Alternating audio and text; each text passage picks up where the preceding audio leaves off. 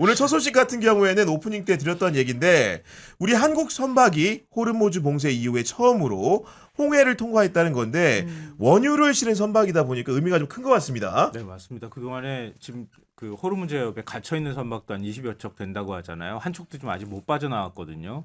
근데 호르무즈 해협 문제가 아직 해결이 안 됐잖아요. 미국하고 이란이 휴전에 합의하지 못했기 때문에 그래서 대안으로 등장한 게 이제 사우디 그 반도 건너편 쪽에 홍해 쪽으로 해서 유조선이 들어가고 나가면 되지 않겠느냐 그랬는데 예멘이 또 후티 반군이 또 이쪽으로 지나면 우리가 공격하겠다 이렇게 거기 얘기를 위험하죠 했단 말이에요. 실제로도. 그렇죠. 네. 그러니까 이전에도 공격당한 피습당한 사례들이 여러 번이 있었기 때문에 홍해로도 못 빠져나오는 상황이어서 좀 답답했는데 이번에 처음으로 우리 유조선이 홍해 쪽으로 빠져나왔다고 합니다. 정말 반길만한 일이에요. 정부 자료를 보니까 오늘 사우디아라비아 얌부항에서 원유를 적재한 한국 선박이 홍해를 안전하게 빠져나왔다는 거고 이건 지난 4월 6일에 14차 국무회의에서 호르무즈 우회로 입항 관련 조치 결과 보고에서 논의한 내용이 이행된 건데 뭔가 좀 이행한 대로 계획 세운 대로 되다 보니까 착착 들어맞는 느낌이 좀 들어요. 그렇죠. 네. 이게 바로 일을 하는 거죠. 정치적 상징, 뭐 이런 발언 이런 걸로 이루어지는 게 아니라 실제로 계획을 하고 거기에 따라 이행을 해서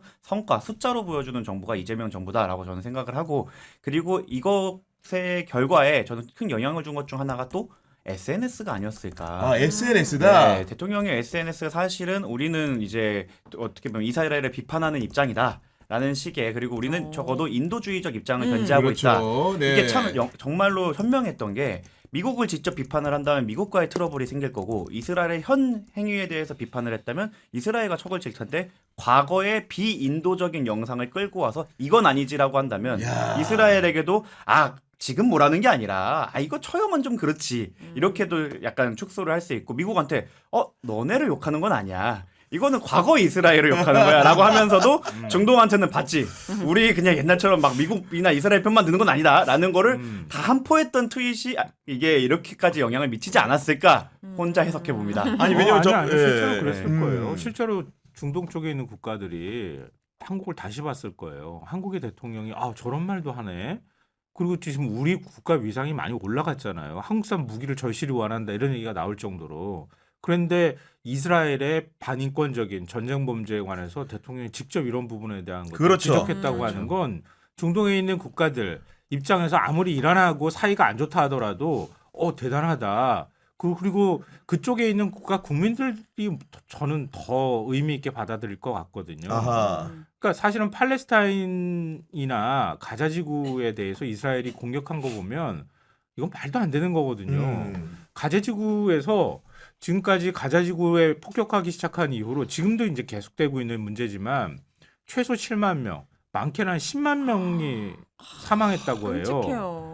생각을 해보세요. 7만 명에서 10만 명이 우리나라 경기도 정도 되는 그 땅덩어리 안에서 공격을 당해가지고 사망을 했다고 생각해 보세요. 말도 안 되는 거거든요. 그렇죠. 또 그런 일들이 버젓이 일어나고 있는데 이스라엘은 과거에 자기들이 오히려 집단 학살이나 제노사이드의 피해자가 됐다고 하는 사람들이 어떻게 지금 이렇게 합니까? 그러니까요. 네. 이런 거에 대해서 공개적으로 대통령이 지적했다고 하는 건 정말 많은 사람들한테 저는 공감을 불러일으켰을 거라고 저는 생각해요. 그리고 대통령께서 개인 SNS를 활용한 것도 굉장히 현명한 판단이라고 생각을 합니다. 정부 채널이 아니고 만약에 정말로 이게 문제로 불거졌을 때에는 대통령의 실수다. 본인의 지지율 깎아먹고 뭐 체면이 좀 상하더라도 대한민국은 그게 아니다라는 식으로 한 번쯤은 그게 다 통하진 않겠지만 한 번쯤은 그래도 변명할 거리라도 만들 수 있어서 자기의 높은 지지율을 갖고 그리고 자기가 부담을 감수하면서라도 대통령 대한민국의 국익을 위해서 한번 나선 거다. 그렇게 해서라도 위험은 줄이고 이득은 올릴 수 있는 방안을 트위터로 선택한 게 근데 아닌가 그 싶습니다. 뒤로 유럽 정상들도 막 메시지 내고 이런 거 봤을 맞아요. 때 진짜 우리나라 대통령이 용감하고 정의롭다. 선도적이죠. 근데 게다가. 대신에 네. 그 유럽의 정상들은 참 비겁하다. 아니 그래도 거기까지 가면 이렇게 그냥 우리 이제 쫄보들이야? 요정까지만 요정까지 다 잊으면 뒤로 와. 영생 이걸로 끝납시다. 네, 아니, 그런 더군다나 상황인데. 우리는 내란을 겪었잖아요. 그렇죠. 그러니까 다 완전히 독재로 넘어갈 걸 국민들이 직접 나서서 장갑차를 막고 그러면서 다시 나라를 세운 거란 말이에요. 근데 그렇게 하는 걸 전 세계가 지켜봤어요. 근데 그런 나라의 정상이 이번 문제에 대해서 적극적으로 나서서 메시지를 냈다. 이건 전 세계적으로 볼 때도 아 대한민국이 이런 나라구나라고 하는 걸 미국하고 너무 비교되잖아요. 맞아요. 그리고 그리고- 미국 대통령이 트윗으로 사고로 치는 것과 더 많은 비교가 되지 네. 않았을까 네. 싶습니다. 아니, 그러니까 이러저러한 영향들이 정말로 있는 것 같은 게 많은 분들이 우회로라고 하니까 홍해가 굉장히 안전한 줄 아시는데 우리 김성환 평론가가 거듭 얘기해줬다시피 사실 2023년 10월에 이스라엘과 하마스의 무력 충돌 이후에 선박 피격만 집계된 것만 무려 79건이 발생을 했습니다. 그럼에도 불구하고 원유를 적재한 우리의 선박이 안전하게 나왔다라는 것은 그 주변 국가들 우리나라의 행위, 이재명 대통령의 결단적인 발언 같은 것들을 충분히 널리 이해하고 양해한 것으로 봐야 된다. 이렇게 생각이 듭니다. 그러니까 원팀이 돼서 손발을 맞추지 않으면 불가능한 일이거든요. 왜냐하면 사우디에서 일단 원유를 우리한테 줘야 될 거 아니에요. 그걸 받을 만한 선박이 있어야 되는 거고, 그리고 홍해는 훨씬 더 호르무즈 해협보다 마지막 빠져나오는 데가 해협이 좁아요. 그렇다면서요. 얼마든지 후티 반군이 공격할 수 있거든요. 근데 후티 반군은 이란의 지원을 받는 곳이에요. 이란이 공격당하니까 우리도 공격하겠다 이렇게 나왔거든요. 그럼 이란과 후티 반군하고 최소한 소통 채널이 있었어야 된다는 얘기거든요. 그래야 안전하게 빠져나올 수 있거든요. 근데 그런 게 우리 외교부하고 우리 정부 차원에서 다 손발을 맞추는 작업을 했다고 하는 거예요.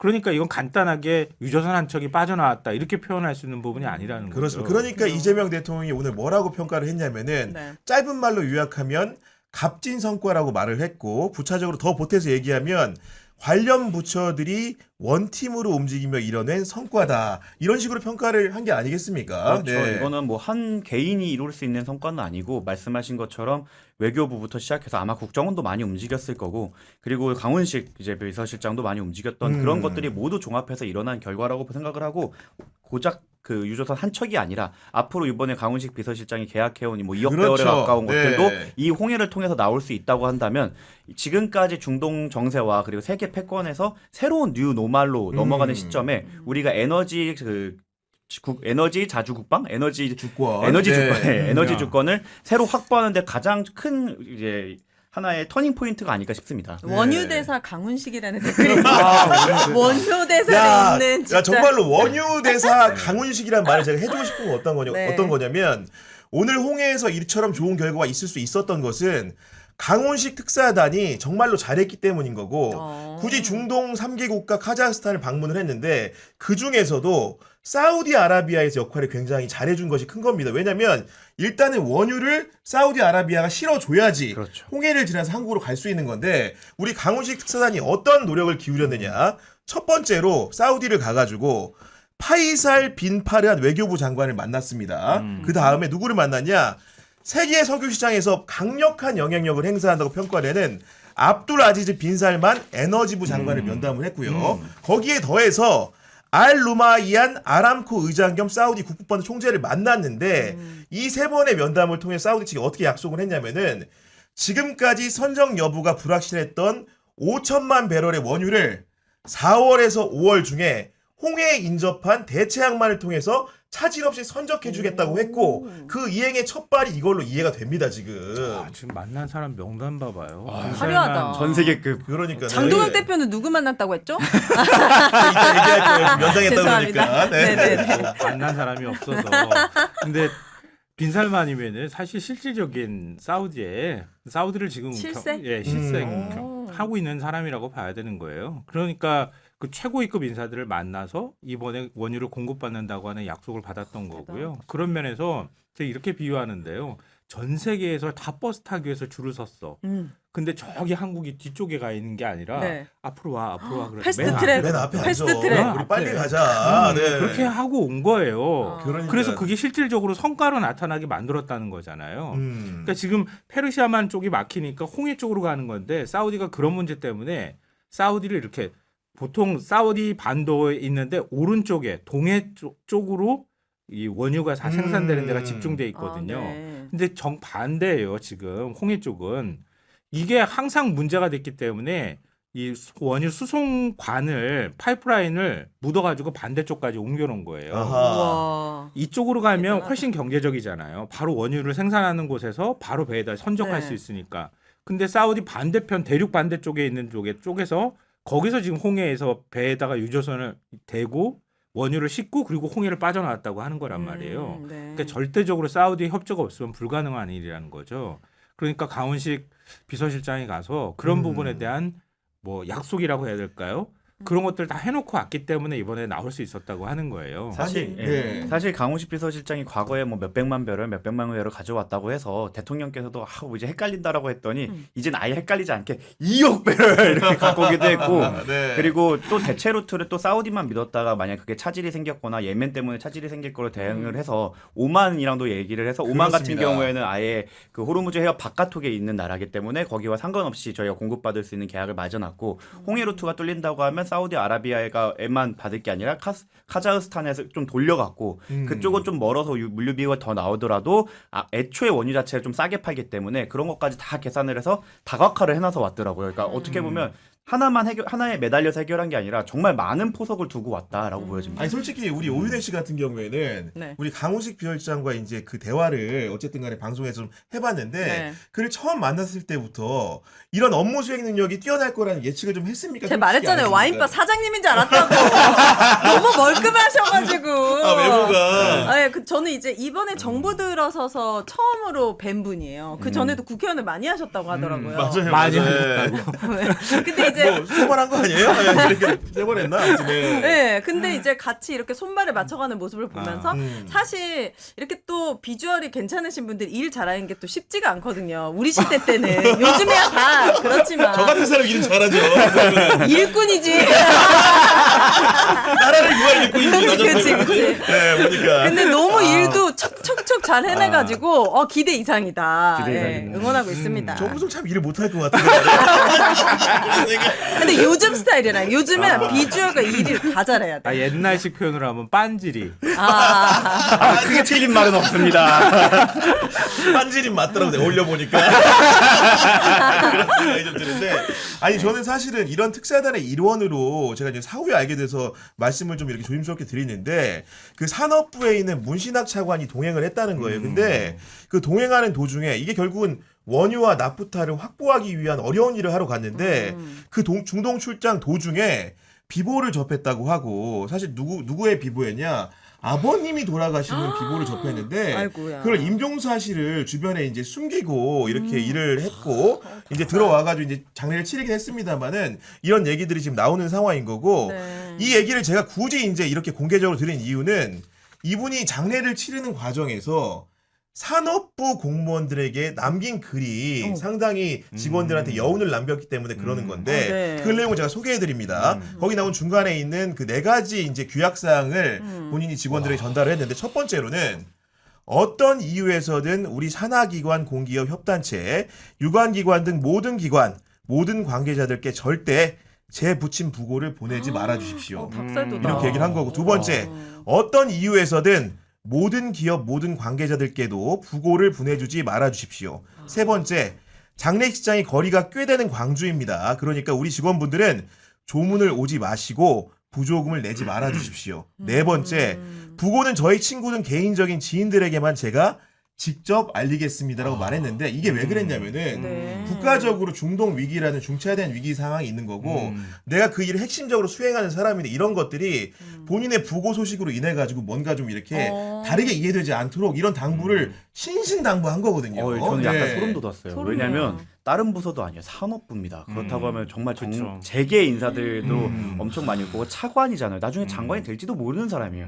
그 얼마나 많이 이제 여기에서 사실은 소위 천박하게 좀 얘기하면 땡길 수 있는 게 아닙니까? 아 그리고 잘 보이려는 사람도 얼마나 많겠습니까? 그렇습니까? 네. 와 그런데 저는 진짜 1번이 너무 소름 돋았던 게 산하기관, 공기업, 협력단체, 유관기관 모든 기관에게 부고 보내지 말라. 그러니까. 이거는 진짜로 모든 공직자가 사실 모범으로 보고 따라야 되는 모습이 아닌가. 막 네. 사실 이런 거 막 사돈의 팔촌 100일, 200일 해갖고 막 하는 사람들도 있는데 와 이건 진짜 멋있는 모습인 것 같아요. 저는 이분을 몰랐는데 문신학 차관님이 다시 한번 입력이 됐어요.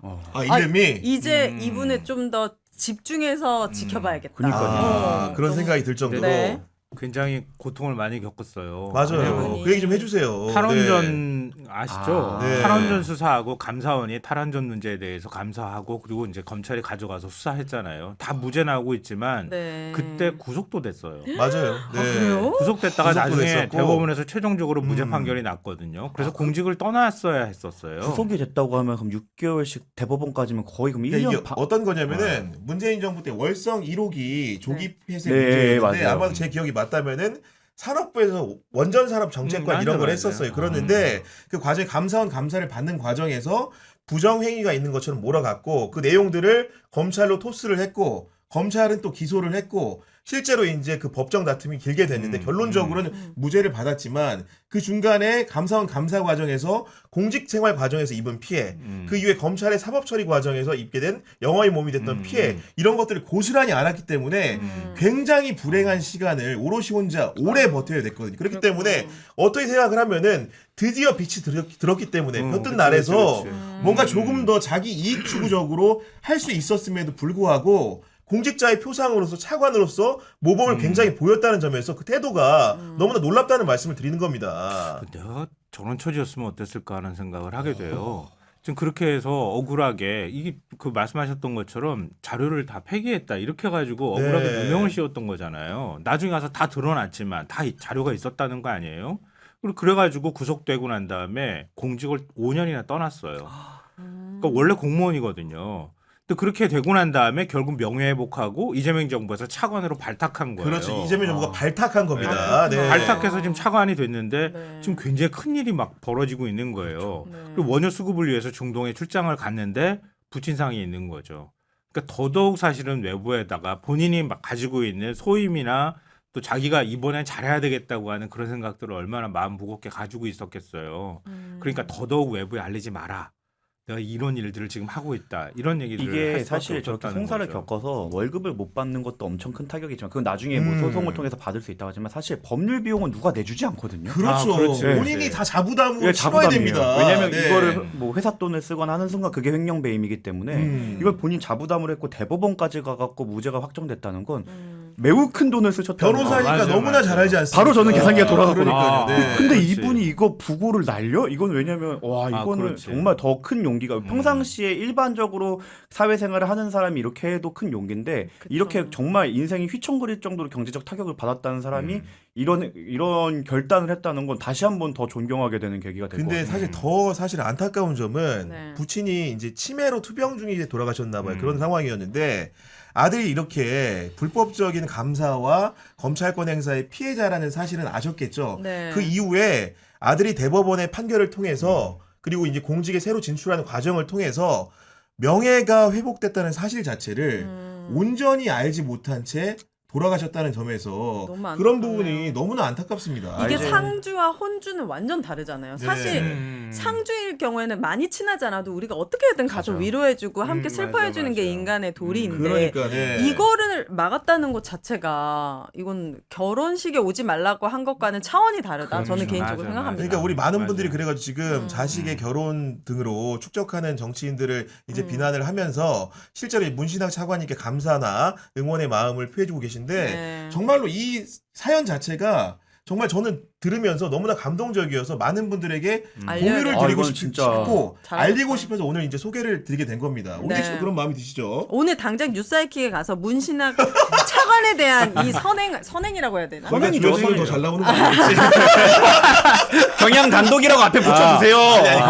이런 걸 가지고 또 단독 네. 보시면은 그래도. 또 이렇게 구교영 견해하는 생각이 되기 때문에 기자의 네. 취재라고 안 박힐 것 생각해요. 같아. 거기 가서 입에 안 붙어. 그런 얘기 전에 안 하더라고. 입에 안 네. 붙어. 네. 알겠습니다. 아니 근데 이거는 사실은 이게 공직계 있으면 이런 거 딱 하잖아요. 모범 사례 네. 아니면 정보 보고 사안 딱 이래서 사실은 전파 사항 해갖고 모든 부처에 이 정도 알려야 되지 않나. 이 정도면 진짜 엄청난 선행이거든요. 그렇네요. 근데 이게 공직에 있으면은요 일을 벌리는 걸 되게 그렇죠. 부담스러워요, 힘들어요. 맞아요. 근데 일을 하다가 억울하게 사실은 사법 처리까지 받았던 거잖아요. 그러니까요. 그런 과정이 있는데 산업부 차관이 돼가지고 다시 일을 만들고 있는 거예요. 이거는 어떤 트라우마를 갖고 있던 사람이 다시 그걸 극복하는 과정하고 비슷하거든요. 근데 그렇게 했는데도 불구하고 이번에도 부진상도 알리지 않고 이렇게 했다고 하는 거는 정치인들도 보고 배워야 한다. 배워야 사실 된다. 진짜 수많은 법적 공직자들도 다툼 그렇지만 그것도 형사로 구속까지 된 다툼 5년이면 사람이 망가집니다. 음. 예전에 윤석열 씨가 얘기했던 거 있잖아요. 나중에 무죄 나도 상관없다. 그거 수사 받고 대법원 갔다 오면 그럼 된다라고 음. 하는 것처럼 그렇게 하면 한 사람의 인생이 진짜 파괴되는데 그거를 극복해낼 뿐만 아니라 훌륭하게 이번 어떻게 보면 정말 에너지 위기를 극복하고 그렇죠. 선행까지 네. 보였다는 점에서는 이거는 와 이분은 저희가 이름을 꼭 대단하다. 오랫동안 기억해서 네. 나중에 문자 신자 학자. 네. 네. 어디가 빈다 물망이 오를 때 이제 저희 같은 패널분들이 문신아 장관이 있다 소리쳐줘야 되지 않을까 싶습니다. 네. 공직자들도 많이 이렇게 볼 것 같아요. 네. 왜냐하면 이런 일 당하기 싫어서 납작 엎드려 있거든요. 음. 어떤 문제가 생길 것 같으면은 예를 들면은 야당이나 국민의힘 쪽에서 문제 삼을 것 같은 거는 안 하려고 그러지. 계속 미적하면서 왜 똑같은 처지가 될 수 있잖아요. 그러니까 공직자들이 일을 안 하는 거예요. 맞아요. 근데 이런 사람이 한 명 나오면 아 그래도 차관까지 올라가네. 또 여기에 대해서 굉장히 대단하다고 박수 받네. 이런 것들을 공무원들이 지켜본단 말이에요. 이건 공무원 사회에서도 굉장히 네. 중요한 의미가 있다고 대통령께서 봐요. 가장 강조하는 게 신상필벌 아니겠습니까? 맞아요. 아니, 그러니까 맞아요. 결국 좋은 리더가 좋은 부하를 낳는 건데 정말 이 대화를 나누면서 제가 계속 머릿속에 스쳐 지나가는 말은 그 대통령의 그 차관다운 행동이었다는 생각을 거듭해보게 되고